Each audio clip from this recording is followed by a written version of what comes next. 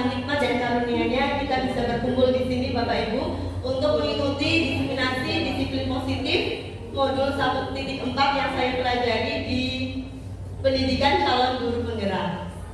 Di sini saya Luciana Setianingsih, calon guru penggerak angkatan 11 Kabupaten Banyumas. Ya, kita sharing di Bapak Ibu, bukan bermaksud untuk menggurui. Sebelum kita mulai diskusinya, kita buat kesepakatan forum dulu Bapak Ibu. Ya, di sini sudah saya tuliskan. Yang pertama yaitu berpartisipasi aktif dalam forum. Kira-kira setuju atau tidak? Setuju ya. Kemudian menghormati pendapat atau menghormati perbedaan pendapat. Setuju? Setuju. Ada yang mau mengusulkan kesepakatan? Ya, gimana teman? Mendengarkan temannya berpendapat. Mendengarkan temannya berpendapat. Berarti masuk ke menghormati tidak? Masuk ya? Oke, masuk. Sudah kita sepakati tadi. Ada yang punya usul lain? Oke, ulang. Boleh sambil nyemek. Boleh sambil nyemek. Boleh tidak? Boleh ya? Oke. Ada yang punya usul lagi? Boleh sambil HP-an enggak? Boleh sambil HP-an? Boleh tidak? Tidak boleh. Tidak boleh. Kenapa tidak boleh? Kira-kira Ibu? Nanti jadi nggak fokus. Jadinya tidak fokus. Ya, berarti yang tidak boleh sambil HP-an ya Bu? Biar fokus. Ada yang mau usul lagi? Sudah cukup ya? Jadi tadi partisipasi aktif dalam forum, kemudian menghormati perbedaan, boleh sambil makan dan minum ya.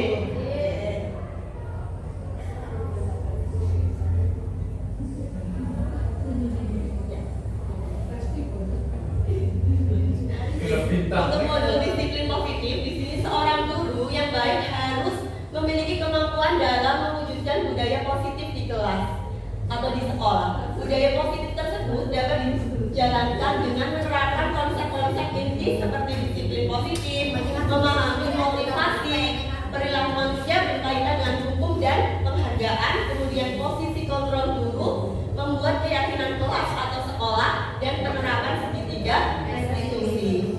Sebenarnya ini sudah kita lakukan Bapak Ibu, cuma mungkin kita tanpa sadar ya. Kita sudah pernah melakukan segitiga restitusi tapi mungkin tanpa sadar. Nah, disiplin positif itu apa? Di sini cara penerapan disiplin positif yang mengajarkan anak bertanggung jawab dan menumbuhkan kesadaran diri berdasarkan nilai-nilai kebaikan. Jadi disiplin positif ini adalah tujuan kita adalah membuat anak menjadi bertanggung jawab ya, dan menumbuhkan kesadaran diri berdasarkan nilai-nilai kebaikan.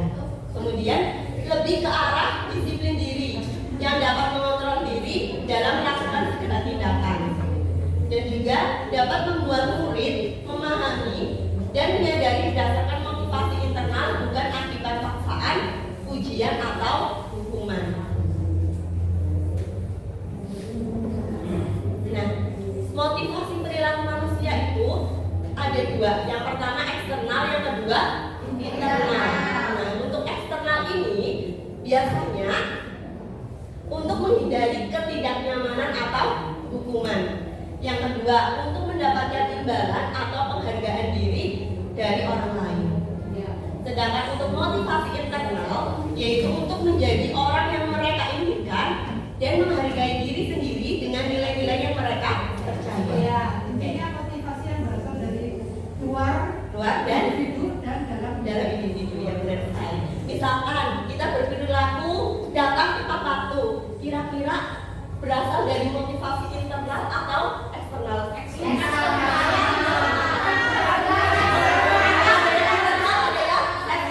Oke, ada yang mau berpendapat? Iya. Siap, Bu Yani. Kalau saya itu eksternalnya itu berangkat pagi karena absen. Oh, berangkat pagi karena mementingkan absen. Artinya biar apa? Menghindari hukuman dan Bu Eni. Berarti Bu Eni datang lebih pagi itu karena motivasi eksternal. Oke, ada yang karena motivasi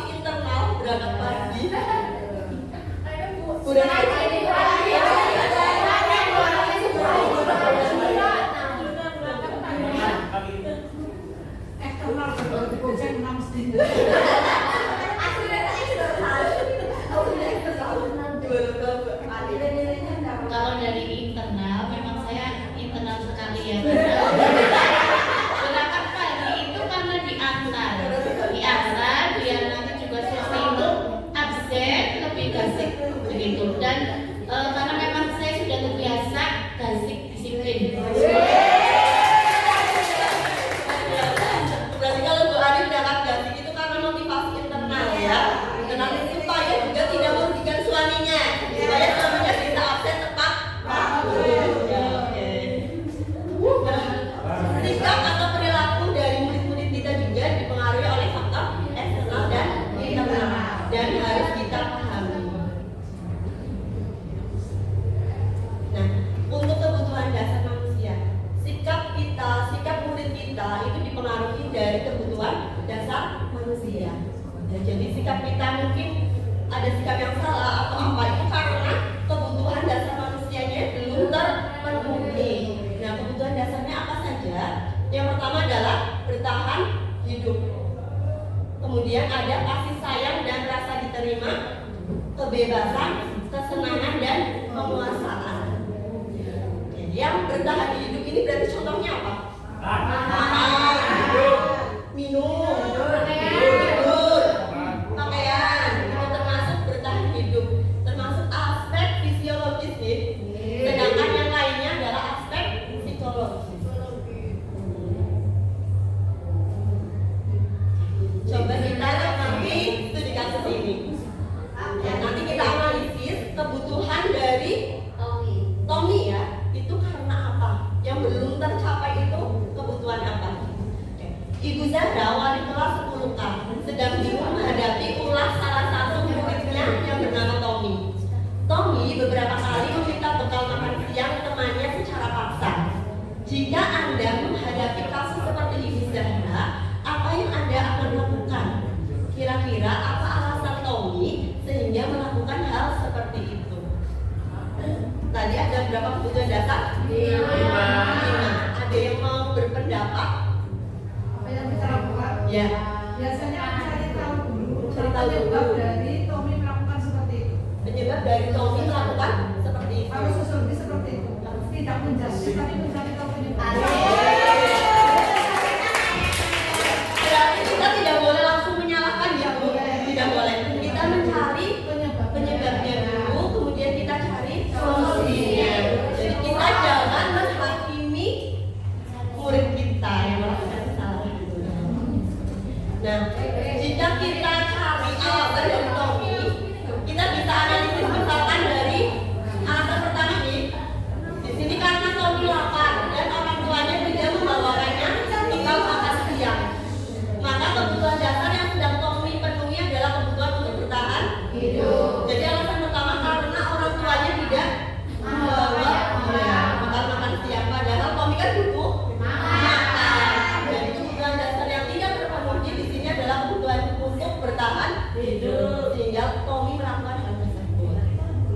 Tapi bisa aja lagi bawa uang buat jajan gitu. Oke, ditanya lagi bawa uang atau tidak. Kalau bawa uang berarti Kan bisa diberikan bisa beli di kantin. Kemudian alasan yang kedua, bisa jadi karena dia merasa senang temannya jadi memperhatikan dia, jadi caper, ya, caper. Dan gurunya memberitahu orang tuanya, sehingga orang tuanya jadi memperhatikan Tommy. Ya, maka kebutuhan dasar yang sedang Tommy penuhi adalah kebutuhan akan sayang dan rasa ingin diterima. banyak orang biasanya anak-anak orang kaya itu belajar orang tua. Iya. Bahkan sampai melakukan pura-pura diculik.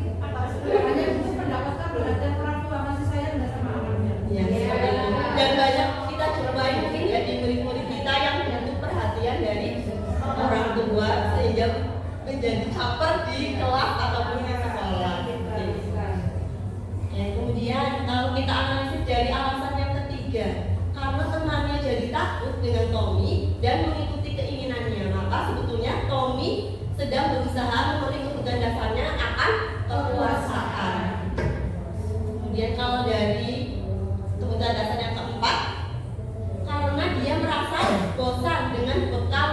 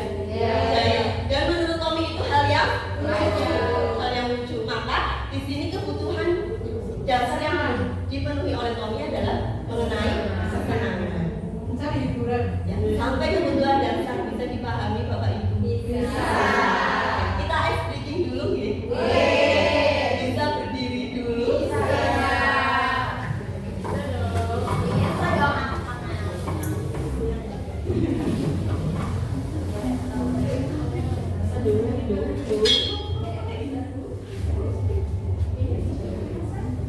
besok.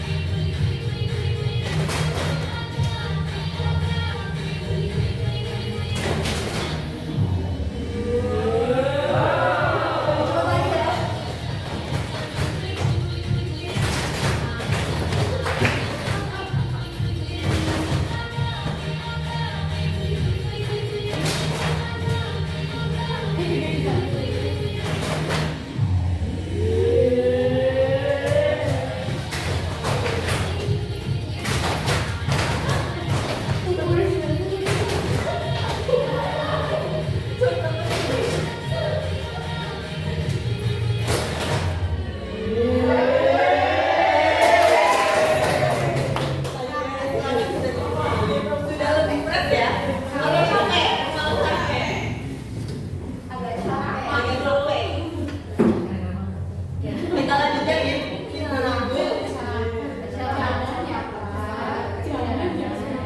Oke, sekarang kita bahas mengenai hukuman, konsekuensi dan restitusi. Dan ini pasti erat sekali dengan kita nih. Kadang kita melakukan hukuman atau konsekuensi ya Bapak Ibu ke murid kita. Hukuman atau konsekuensi? Konsekuensinya. Hukuman atau konsekuensi. Ya, saya bagikan kertas. Nanti Bapak Ibu analisis termasuk hukuman atau konsekuensi.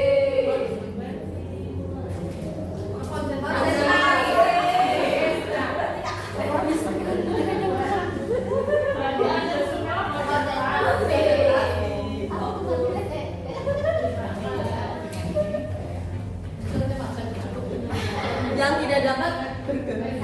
Oke,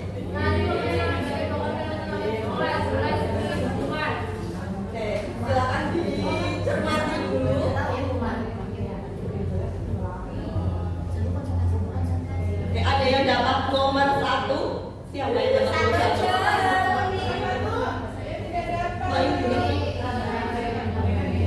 Coba. Kegiatannya apa? Perilakunya apa? Kemudian disebutkan termasuk konsekuensi atau hukuman. Halo, ya. Assalamualaikum warahmatullahi wabarakatuh. Ya, untuk kasus nomor 1 di sini tulisannya adalah mencatat 100 kali di dalam buku kalimat. Ya, saya tidak akan terlambat lagi karena terlambat.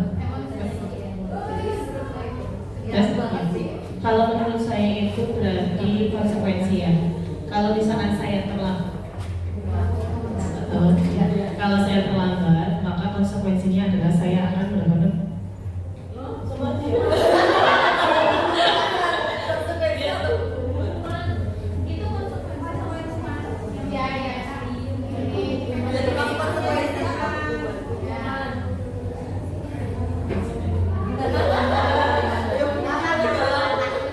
Konsekuensi atau hukuman aja, hukuman. hukuman. Ya. Terima kasih. Ini kasus yang pertama yaitu mencatat 100 kali di dalam buku kalimat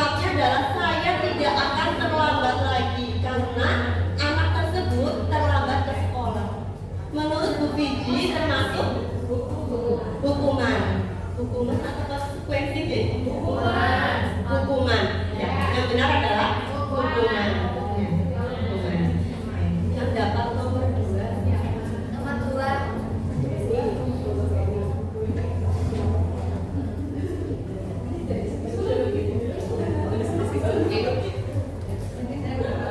Kedua, murid diminta berteladan sepanjang hari karena tidak menggunakan sepatu warna hitam sesuai peraturan sekolah. Di sini konsekuensi Murid melakukan telanjang kaki karena tidak menggunakan sepatu warna hitam sesuai peraturan. Konsekuensinya ya harus telanjang. Di sini kalau menurut Bu Eni, kasus murid diminta bertelanjang kaki sepanjang hari karena tidak menggunakan sepatu berwarna hitam sesuai aturan termasuk konsekuensi. Hukuman atau konsekuensi? Hukuman atau konsekuensi? Bertelanjang kaki loh sepanjang hari. Hukuman nih, ya ini termasuk hukuman. Yang dapat nomor 3. Ternyata masih bingung ya? Beda tipis, beda tipis. Untuk kondisi yang nomor 3, yaitu berjemur di lapangan basket pukul 12 siang karena mengobrol dengan teman. Kalau menurut saya ini termasuk hukuman karena berjemur di siang tadi. Siang hari dan jam 12. Benar tidak? Benar ya? Mulai paham berarti. Yang dapat nomor 4. Empat siapa? Bu Lila.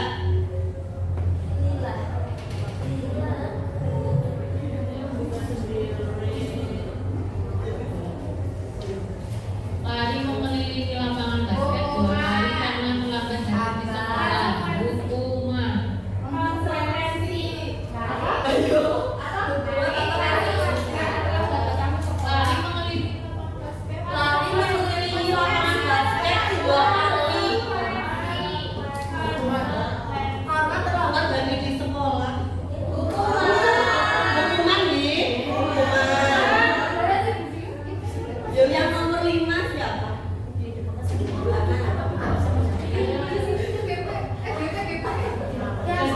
membersihkan coretan yang dibuat di meja tulis. Konsekuensi. Nomor 6 siapa? 6. Oke, berarti.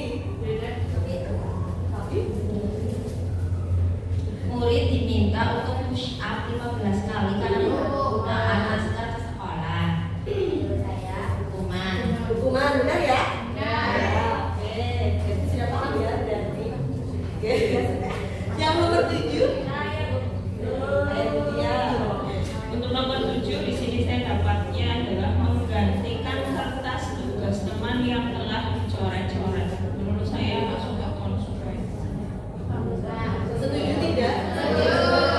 Ya, menggantikan kertas tugas teman yang telah dicoret berarti termasuk konsekuensi. Kira-kira sudah paham semua atau belum?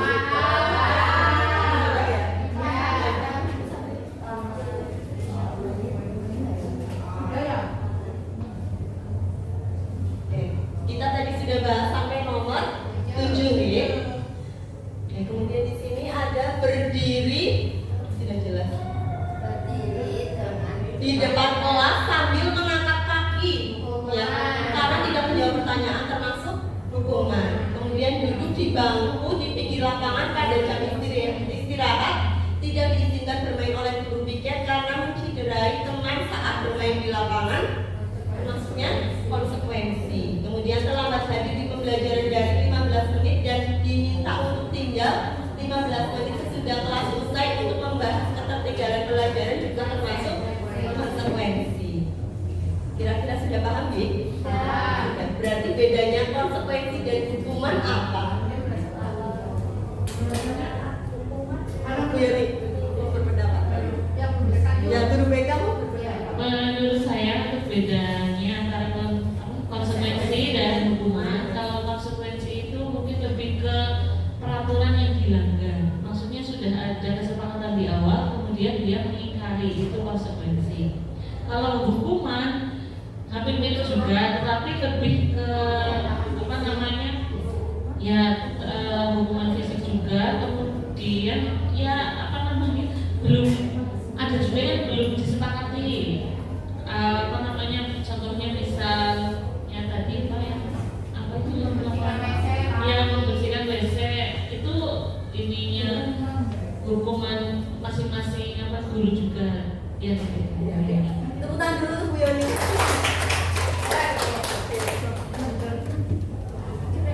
Ya, supaya lebih jelas lagi, kita membedakan antara hukuman dengan konsekuensi. Ya, kalau hukuman itu adalah berupa tindakan yang diambil oleh guru atau pihak sekolah sebagai respon terhadap perilaku siswa yang melanggar aturan atau norma. Dan di sini bersifat tidak menyenangkan bagi siswa dan sepihak, ibaratnya seperti itu. Jadi guru yang bertindak sebagai penghukum dan pembuat rasa bersalah. Ini untuk yang hukuman. Sedangkan untuk konsekuensi itu adalah hasil atau akibat alami dari perilaku siswa yang terjadi dapat tanpa campur tangan guru. Misalkan tadi dia mencoret-coret pekerjaan teman, maka konsekuensinya dia akan menggantikan catatan teman itu. Berarti kalau menurut saya itu kalau hukuman itu bentuknya tidak harus sesuai dengan perbuatannya.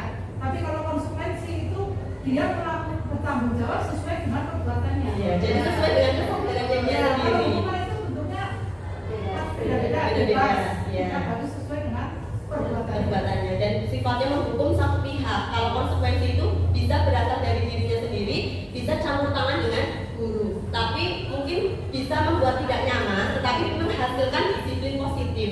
Kalau hukuman di sini menghasilkan perilaku yang negatif. Jadi murid itu tetap merasa dirinya gagal seperti itu. Iya, tidak boleh menghukum. Lalu kalau restitusi itu apa? Kalau restitusi adalah proses menciptakan kondisi bagi murid untuk memperbaiki kesalahan mereka, sehingga mereka bisa kembali kepada kelompok mereka dengan karakter yang lebih kuat. Itu untuk restitusi.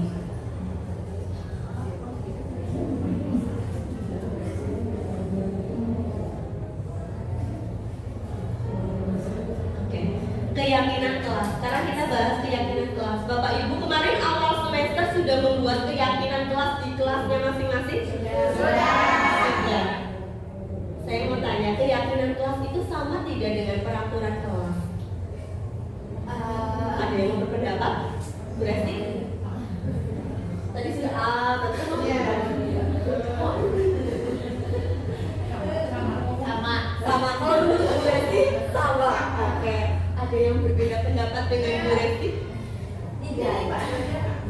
Siapa dulu? Ya, Bu Tami dulu ya. Oke, Bu Tami silahkan. Menurut saya keyakinan kelas dan peraturan kelas itu berbeda. Kalau keyakinan kelas itu sesuatu yang sudah disepakati oleh kelas tersebut. Tapi kalau peraturan itu biasanya belum disepakati tapi sudah ada peraturan.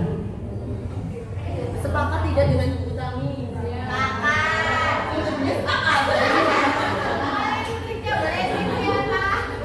Jadi sama atau tidak? Berbeda ya, berbeda.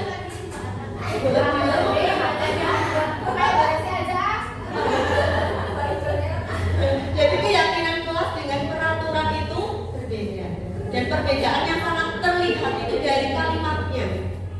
Kalau keyakinan kelas itu berisi kalimat yang positif, sedangkan peraturan itu biasanya berisi kalimat yang negatif.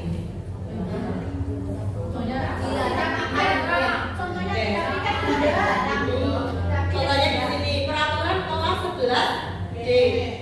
Di sini membuang sampah pada tempatnya, melaksanakan piket sesuai jadwal, menata kembali kursi dan meja setelah digunakan. Misalkan di sini kelas 11D mengusulkan seperti ini. Nah, jadi langkah pertama membuat keyakinan kelas itu, Bapak Ibu, kalau siswanya belum familiar dengan keyakinan, maka kita kenalkan dulu dengan peraturan dulu. Mereka mengusulkan peraturan yang mereka inginkan. Biasanya kan kalimatnya negatif, misalkan tadi apa? Dilarang makan saat jam pelajaran, kemudian dilarang menggunakan HP saat pelajaran. Itu kan kalimatnya yang negatif. Dibuat kalimatnya negatif dulu, nggak apa-apa. setelah itu kita ubah ke kalimat yang positif. Yang tadi misalkan dilarang menggunakan HP, menjadi apa biar kalimatnya positif?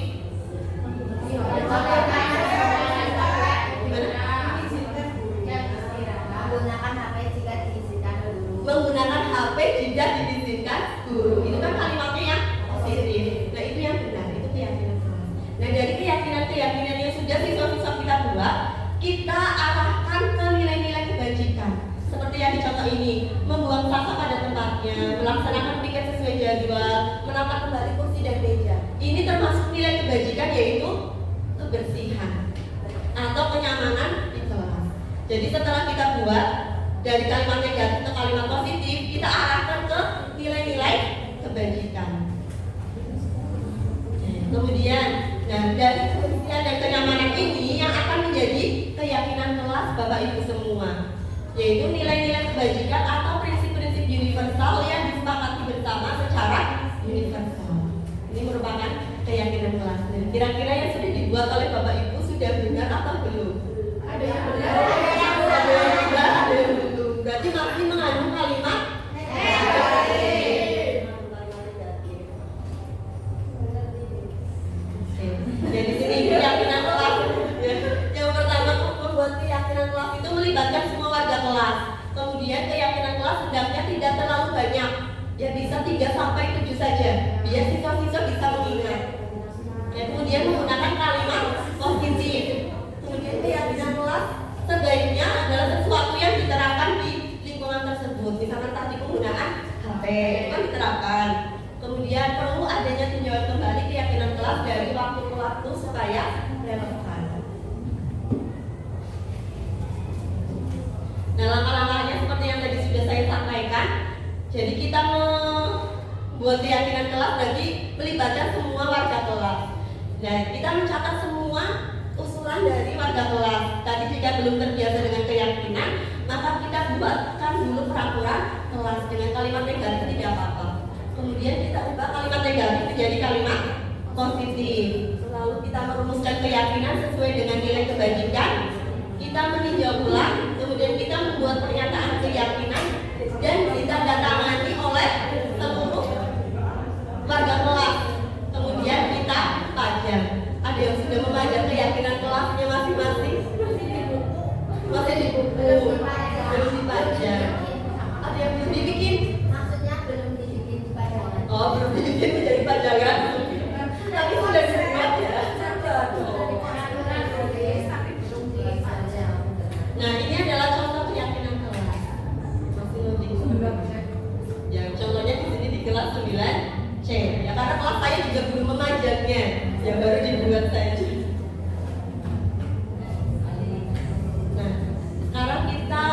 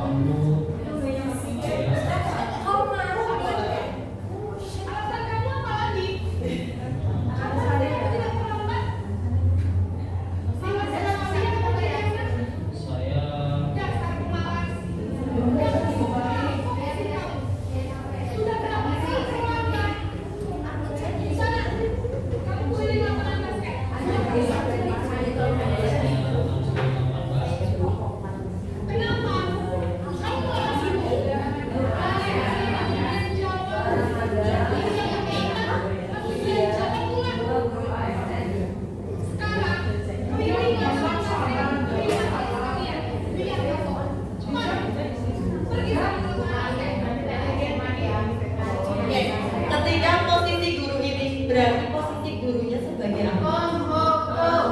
Penghukum. Kalau posisi sebagai penghukum, kira-kira efeknya ke siswa gimana? Siswa merasa gagal. Kenapa siswa merasa gagal? Kenapa Bu Novia? Berarti guru tadi memposisikan diri sebagai penghukum, dan akan membuat siswa merasa gagal. Ya, benar sekali.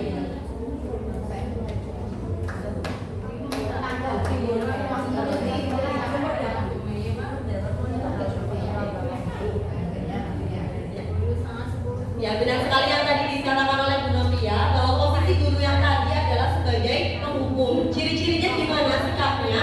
Yaitu dia menghardik, kemudian menunjuk-nunjuk, berkacak pinggang, menyindir dan membesar. Ya, berupa hukuman verbal dari kalimat-kalimatnya itu, dan juga bisa hukuman fisik yang tadi suruh apa? Lari keliling lapangan basket.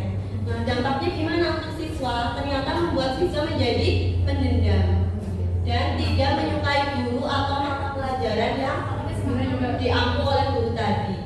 Jadi kira-kira posisi kita sebagai penghukum baik tidak untuk siswa? Tidak ya?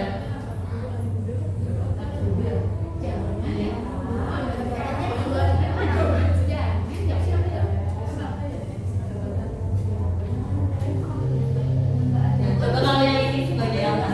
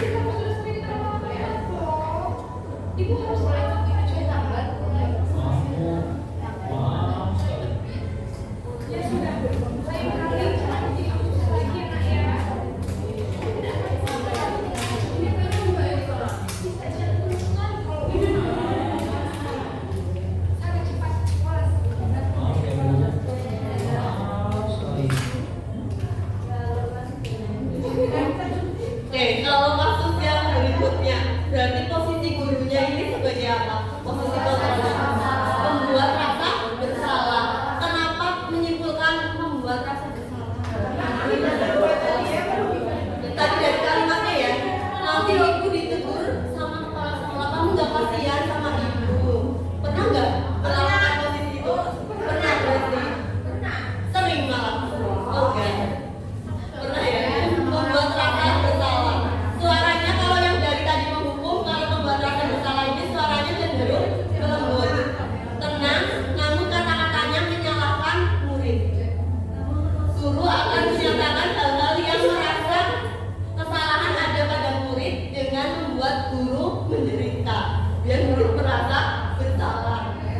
Dampak posisi membuat rasa bersalah di sini adalah membuat murid merasa bersalah. Tetapi ternyata kalau kita berada di posisi ini, murid itu masih berada dalam identitas gagal, sama seperti penghukum. Dan di sini murid menjadi rendah diri dan menarik diri dari lingkungan. Menjadi seperti itu.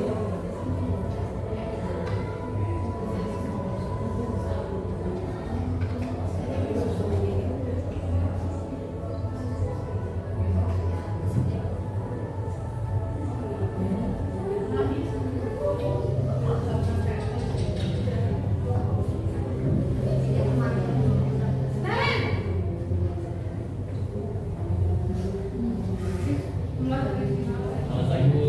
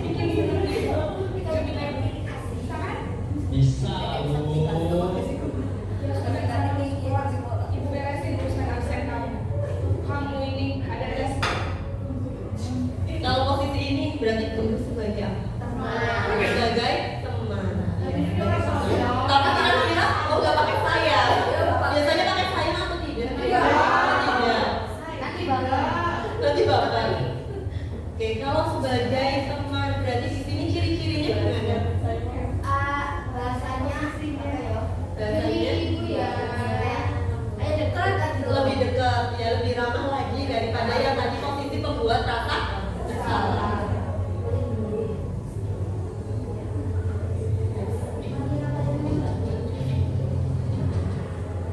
Ya, tadi guru sebagai teman.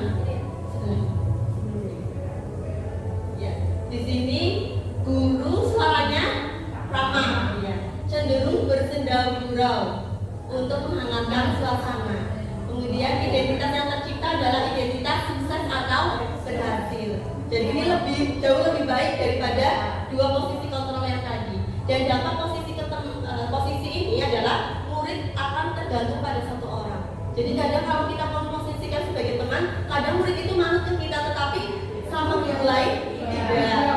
Kemudian murid tidak mandiri dan tidak bisa berpikir untuk diri sendiri karena jadi identik memanjakan seperti itu.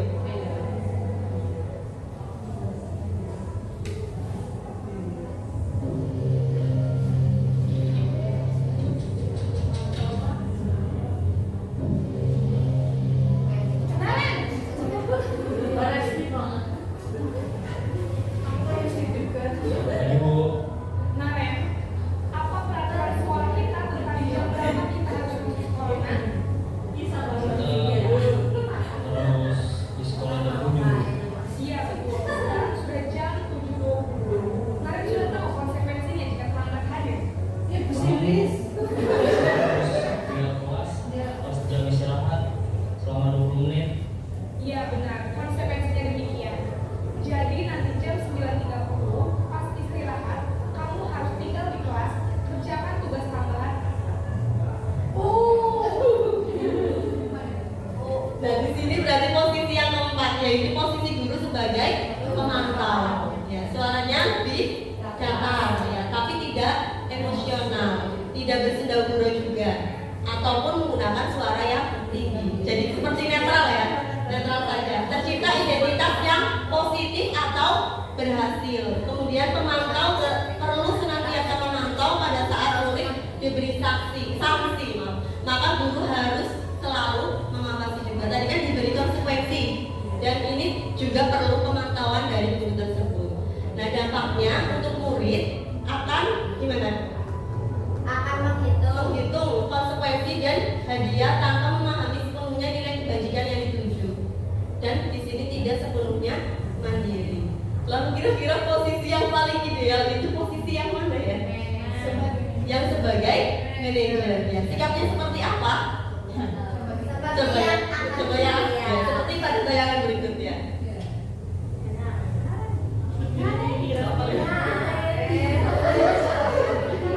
Naren sini dong.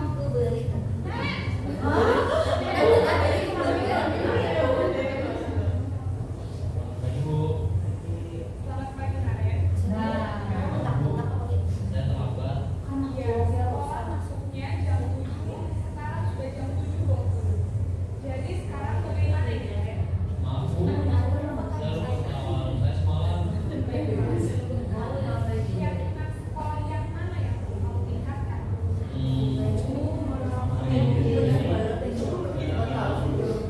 Orang lain mungkin ya Bu. Jadi, apakah Naren meyakini prinsip saling menghormati tersebut? Ya,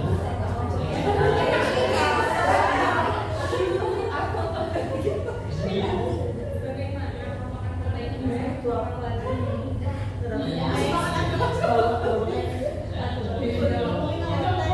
kamu buat contek kok ya. Ada orang yang tidak bisa mampu diingatkan tidak?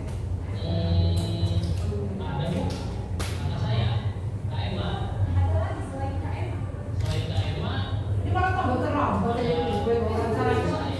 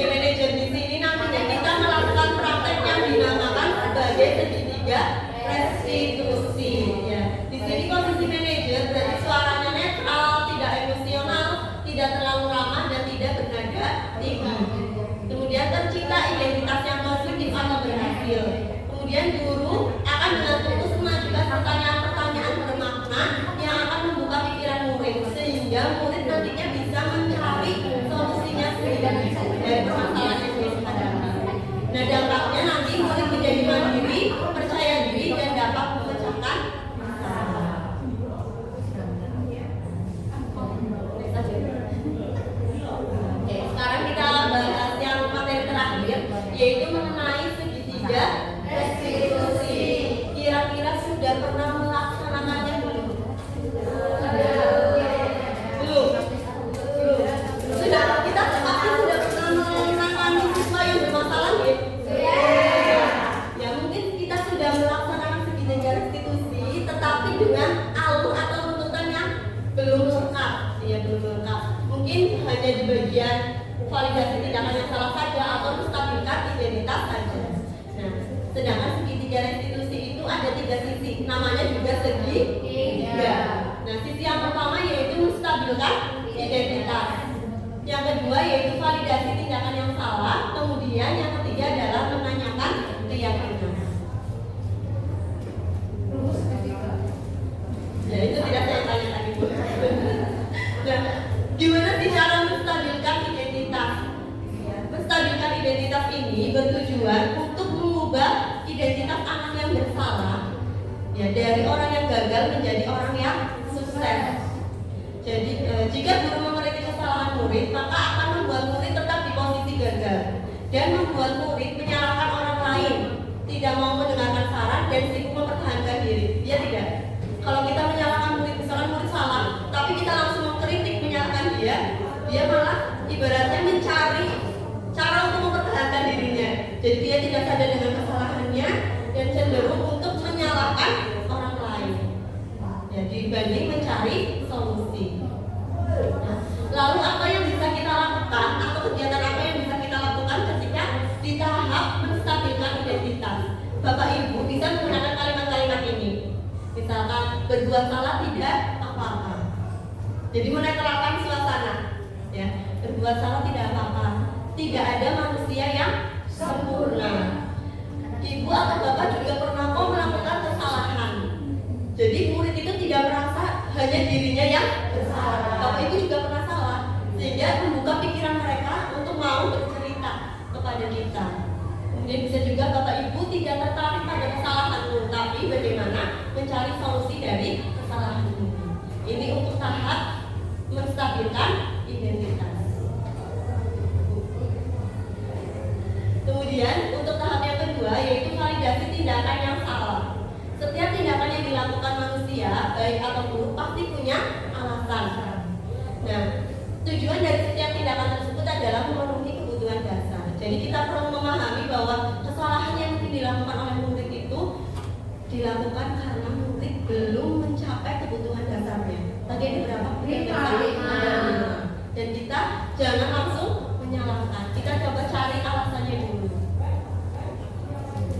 Nah, kemudian untuk prinsip dari sisi kedua ini, percaya bahwa setiap saat mengingat konteksnya dan cara memandang seseorang selalu melakukan yang terbaik.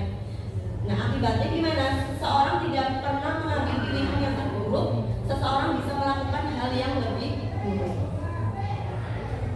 Nah, gimana kalimatnya yang bisa kita terapkan nanti ketika menghadapi murid? Di sini kita coba adakan cara yang lebih efektif untuk mendapatkan apa yang kamu butuhkan. Kemudian kamu tentu punya alasan mengapa melakukan hal itu. Ketika kita menanyakan alasan, menjadikan kita tahu kebutuhan dasar apa yang perlu mereka penuhi. Kemudian di tahap yang terakhir yaitu menanyakan keyakinan. Dan sisi ketiga, segitiga restitusi menyinggung mengenai gambaran internal dan nilai-nilai yang diyakini bersama.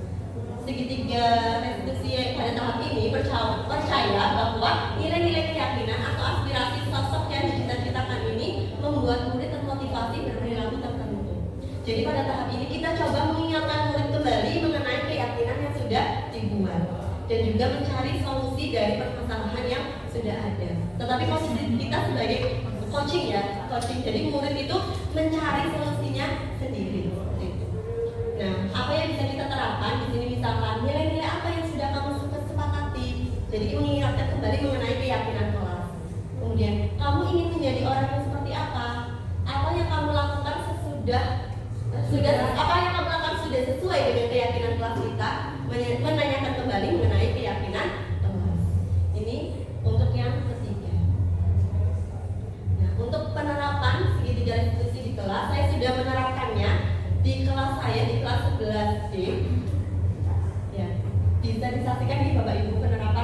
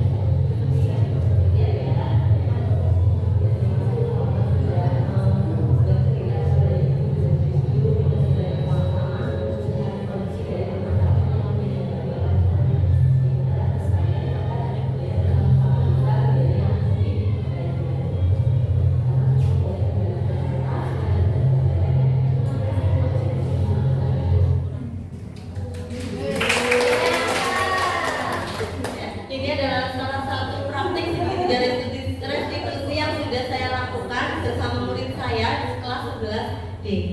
Ya, di sini ternyata ketika kita melakukan segitiga restitusi lebih nyaman gitu. Lebih nyaman karena posisi kita benar di situ sebagai manajer. Jadi kita tidak berniat untuk menghukum murid kita. Kita mencoba mencari alasan atau mencari tahu kebutuhan dasar apa yang belum mereka penuhi, dan kita mencoba mengajak mereka berpikir mengenai solusi apa yang bisa mereka tawarkan dari permasalahan yang mereka lakukan. Insya Allah kedepannya bisa nih Bapak Ibu untuk menerapkan segitiga restitusi. Kita kurangi posisi kita sebagai penghukum, karena itu ternyata berdampak kurang baik untuk murid kita. Bisa Ya Bu? Oke, sebelum ke bagian penutup, kita lakukan refleksi dulu ya. Kita melakukan refleksi 4P.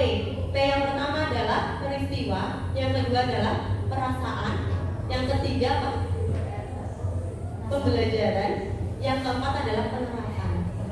Dari P yang pertama dulu, peristiwa atau kegiatan apa sih yang sudah kita lakukan hari ini? Ada yang mau merefleksikan untuk P yang pertama? Peristiwa apa ya? Ya, peristiwa apa? Kita sudah ngapain aja sih? Yang pertama adalah sudah jalan sehat. Bukan dari kamu ini.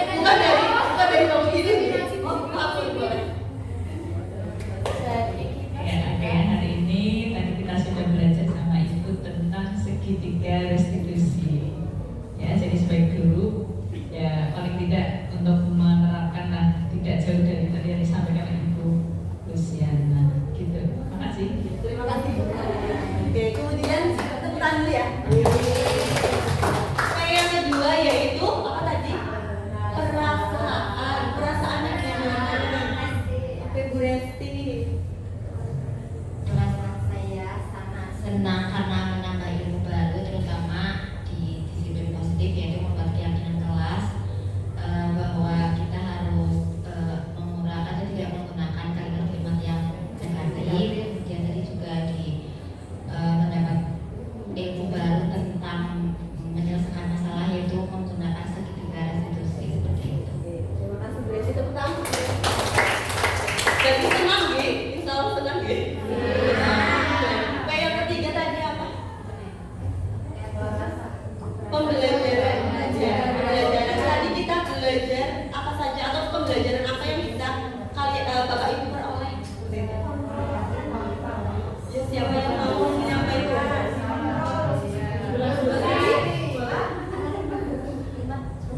Ya, dengan hari ini kita mendapatkan tentang disiplin positif hubungannya dengan pembelajaran di kelas.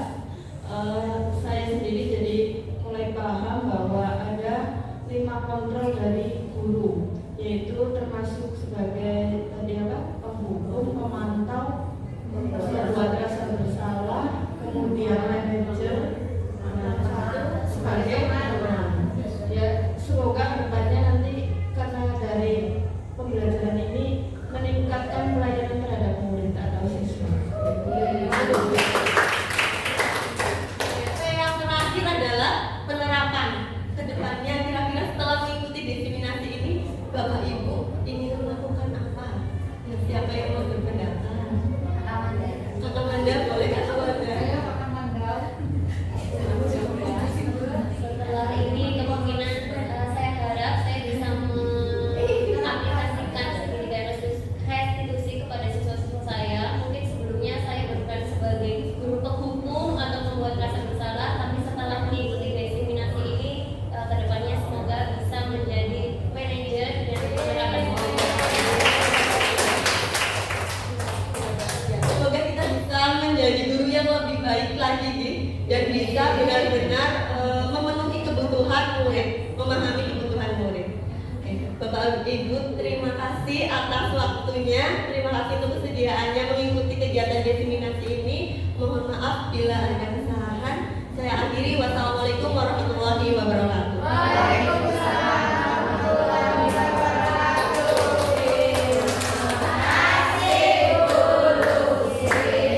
aplikasi apa?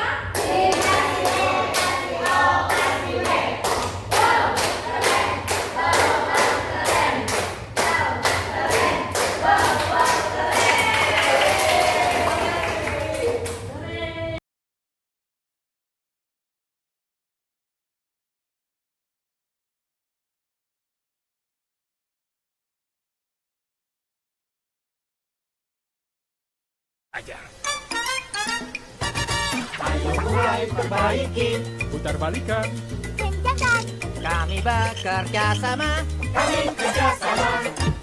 Memotong, mengukur. Ketuklah, putarlah. Seperti itu. Tugas kami berlainan, bekerja sama. Semuanya memperbaiki.